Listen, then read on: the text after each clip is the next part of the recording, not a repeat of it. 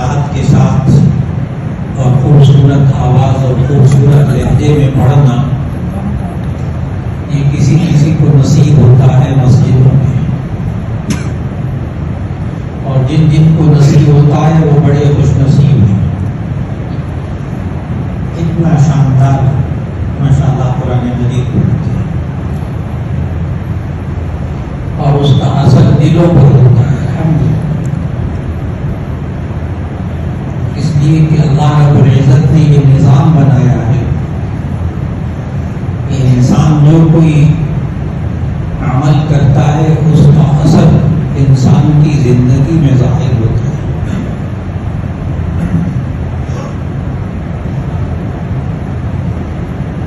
اور نیک اعمال کا اجر جو ہے وہ تو اللہ آخرت میں دے گا انشاءاللہ، ہر حرف کے بدلے میں 10 نیکیاں۔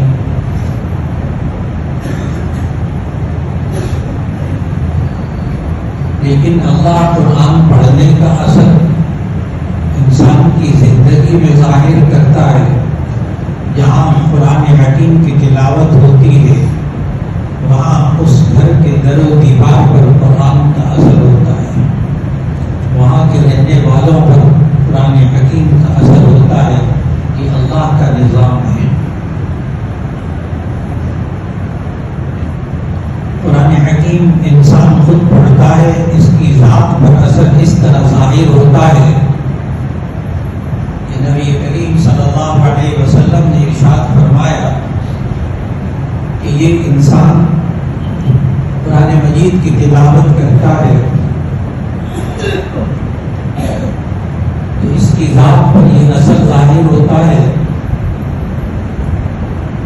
کہ آخری نبی حضرت محمد مصطفیٰ صلی اللہ علیہ وسلم یہ ارشاد فرماتے ہیں کہ ان القلوب تصدع كما يصدع الحديد بالماء، دلوں کو اس طرح زنگ لگ جاتا ہے جیسے لوہے کو پانی سے زنگ لگ جاتا ہے۔ قال وما جلاؤها یا رسول اللہ، اے اللہ کے رسول صلی اللہ علیہ وسلم اس زنگ کو کیسے صاف کریں؟ فرمایا بتلاوت القرآن وکثرت ذکر الموت، قرآن حکیم کی تلاوت کر کے موت کو زیادہ یاد کر کے۔ تو قرآن حکیم کی تلاوت کا اثر انسان کی ذات پر یہ ہوتا ہے کہ اس کے دل کا زنگ دور ہوتا ہے۔ آج کسی شخص نے، کسی نوجوان نے دل کا زنگ محسوس کرنا ہو تو وہ اپنے دل کا زنگ خود محسوس کر سکتا ہے۔ آج انسان کی زبان پہ یہ لفظ آتے ہیں، پتہ نہیں کیا ہے، آج کل نماز پڑھنے کو دل نہیں کرتا، آج کل قرآن پڑھنے کو دل نہیں کرتا، یہ دل پر زنگ لگا ہوا ہے۔